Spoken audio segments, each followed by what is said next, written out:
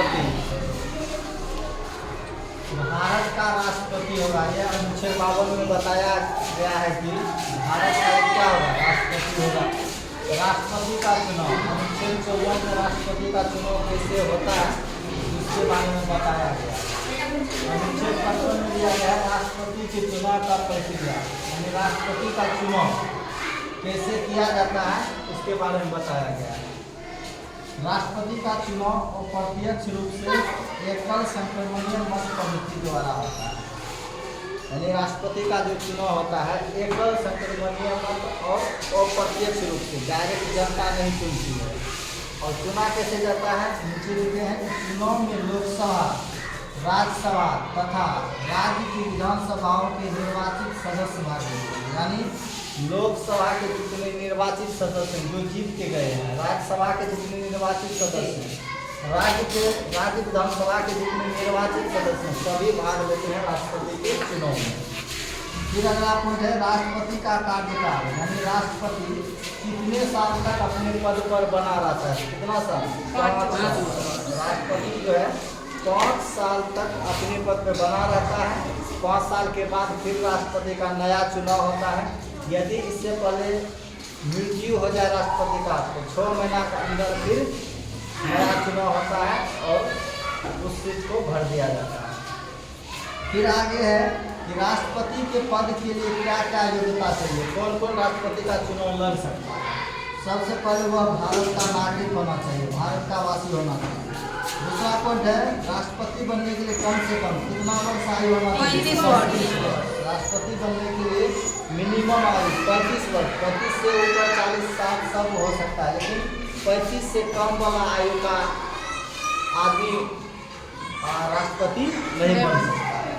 उसके बाद लाभ के पद पर ना हो, यानी किसी भी तरह का उसको पेंशन या किसी जॉब में नहीं होना चाहिए। उसके बाद है उम्मीदवार को जब राष्ट्रपति का चुनाव लड़ा जाता है, चुनाव लड़ने से पहले 15,000 रुपये की जमानत राशि RBI बैंक में जमा करना पड़ता है। यानी जब जो राष्ट्रपति चुनाव के रूप में लड़ता है उसको 15,000 जमानत राशि जमा करना पड़ता है। यदि उसको जितना वोट गिरा कुल वोट का 1/6 कुल बहुमत का 1/6 भाग यदि वोट प्राप्त कर लेता तो उसको 15,000 लौटा दिया जाता है। यदि 1/6 भाग वोट प्राप्त नहीं करता तो उसका 15,000 वापस नहीं किया जाता है। उसके बाद राष्ट्रपति को शपथ कौन दिलाता है, सुप्रीम कोर्ट के मुख्य न्यायाधीश। राष्ट्रपति को शपथ कौन दिलाता है, सुप्रीम कोर्ट के मुख्य न्यायाधीश दिलाता है। राष्ट्रपति पर महाभियोग अनुच्छेद 61 के तहत लगाया जाता है, यानी राष्ट्रपति भी अपने मनमाने ढंग से कोई काम नहीं कर सकता है। यदि वह संविधान का उल्लंघन करेगा, संविधान के नियमों का उल्लंघन करेगा तो उस पर महाभियोग लगाया जाता है अनुच्छेद 61 की तरह। और महाभियोग लगाने से 14 दिन पहले राष्ट्रपति को सूचना दिया जाता है कि आपके ऊपर महाभियोग लगाया जा रहा है।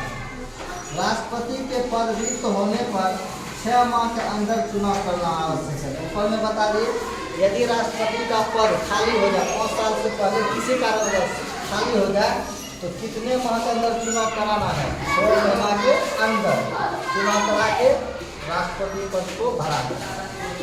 अब इसके बाद हम लोग देखते हैं भारत के अब तक के कितने राष्ट्रपति बने हैं। तो सबसे पहले भारत के राष्ट्रपति के रूप में चुना गया है किसको, डॉक्टर राजेंद्र प्रसाद। तो यानी डॉक्टर राजेंद्र प्रसाद जब भारत देश आज़ाद हुआ, आज़ादी के बाद 1950 ईस्वी में संविधान सभा के द्वारा डॉक्टर राजेंद्र प्रसाद को पहला राष्ट्रपति चुना गया था। और डॉक्टर राजेंद्र प्रसाद 1950 से लेकर 1962 तक राष्ट्रपति के पद पर रहा।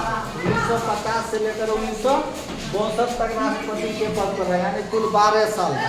यानी इस 12 साल में यानी कहा जाए कि सबसे अधिक राष्ट्रपति के पद पर रहने वाले राष्ट्रपति कौन है, डॉक्टर राजेंद्र प्रसाद। इसके बारे में कुछ जान लेते हैं। संविधान सभा के प्रथम स्थायी अध्यक्ष भी राष्ट्रपति डॉक्टर राजेंद्र प्रसाद को चुना गया था।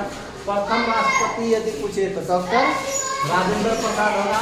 डॉक्टर राजेंद्र प्रसाद को भारत रत्न कहा जाता है, देश रत्न कहा जाता है। डॉक्टर राजेंद्र प्रसाद को क्या कहा जाता है, देश रत्न। देश रत्न के नाम से जाना जाता है डॉक्टर राजेंद्र प्रसाद। और सर्वाधिक समय तक राष्ट्रपति बने रहने का रिकॉर्ड भी डॉक्टर राजेंद्र प्रसाद के पास है। दूसरा राष्ट्रपति आया डॉक्टर सर्वपल्ली राधाकृष्णन, इसका कार्यकाल 1962 से 1967 तक, यानी भारत के प्रथम उपराष्ट्रपति डॉक्टर सर्वपल्ली राधाकृष्णन है, जो 62 से 67 तक रहा। इनके जन्म दिवस को ही शिक्षक दिवस के रूप में हम लोग मनाते हैं। शिक्षक दिवस कब मनाया जाता है? 5 सितंबर को। तो किसके जन्म दिवस पर? डॉक्टर सर्वपल्ली राधाकृष्णन के जन्म दिवस के शुभ अवसर पर हम लोग शिक्षक दिवस प्रत्येक साल 5 सितंबर को मनाते हैं। ये बहुत बड़े शिक्षाविद हैं। फिर तीसरा राष्ट्रपति आया डॉक्टर जाकिर हुसैन, 1967 से लेकर 1969 तक। डॉक्टर जाकिर हुसैन भारत के बनने वाले प्रथम मुस्लिम राष्ट्रपति यदि पूछे इसका नाम आएगा डॉक्टर जाकिर हुसैन। और डॉक्टर जाकिर हुसैन का पद पर रहते इसका क्या हो गया? मृत्यु हो गया। इसके स्थान पर एम हिदायतुल्लाह मुख्य न्यायाधीश राष्ट्रपति के पद को संभाला था। यानी जब इसका जिस समय राष्ट्रपति 2 साल तक रहा, उसके बाद इसका मृत्यु हो गया। मृत्यु होने के बाद मुख्य न्यायाधीश का नाम है एम हिदायतुल्लाह, इन्होंने राष्ट्रपति के पद को संभाला।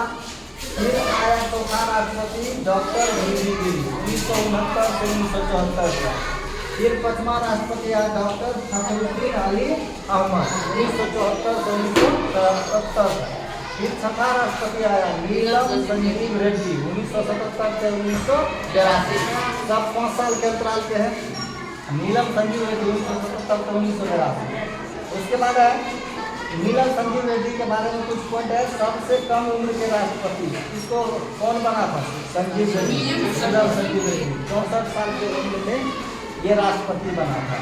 एकमात्र ऐसे राष्ट्रपति जो निर्विरोध चुने गए थे, यानी पहले चुना हुआ हार गया, फिर दोबारा चुना हुआ तो अकेले खड़ा हुआ, जिसके कारण इसको निर्विरोध चुना गया था। एकमात्र यानी निर्विरोध चुने वाले राष्ट्रपति पूछे तो नीलम संजीव रेड्डी नाम आएगा। उसके बाद छठा के बाद हम लोग देखते हैं 7वां राष्ट्रपति। 7वां राष्ट्रपति आएगा डॉक्टर ज्ञानी जैल सिंह, 1982 से 1987। ज्ञानी जैल सिंह के बारे में 2 पॉइंट याद रखना है। भारत का एकमात्र सिख राष्ट्रपति, यानी सिख राष्ट्रपति कौन हो जाएगा? डॉक्टर ज्ञानी जैल सिंह। और पहला मुस्लिम राष्ट्रपति डॉक्टर जाकिर हुसैन। तो भारत का एकमात्र सिख राष्ट्रपति ज्ञानी जैल सिंह। और इसके समय इंदिरा गांधी का क्या हो गया था? मृत्यु हो गया। इंदिरा गांधी प्रधानमंत्री थी, तो ज्ञानी जैल सिंह राष्ट्रपति के समय ही इंदिरा गांधी का क्या हुआ था? मृत्यु हुआ था। और राष्ट्रपति के बारे में दूसरे क्लास में जानेंगे।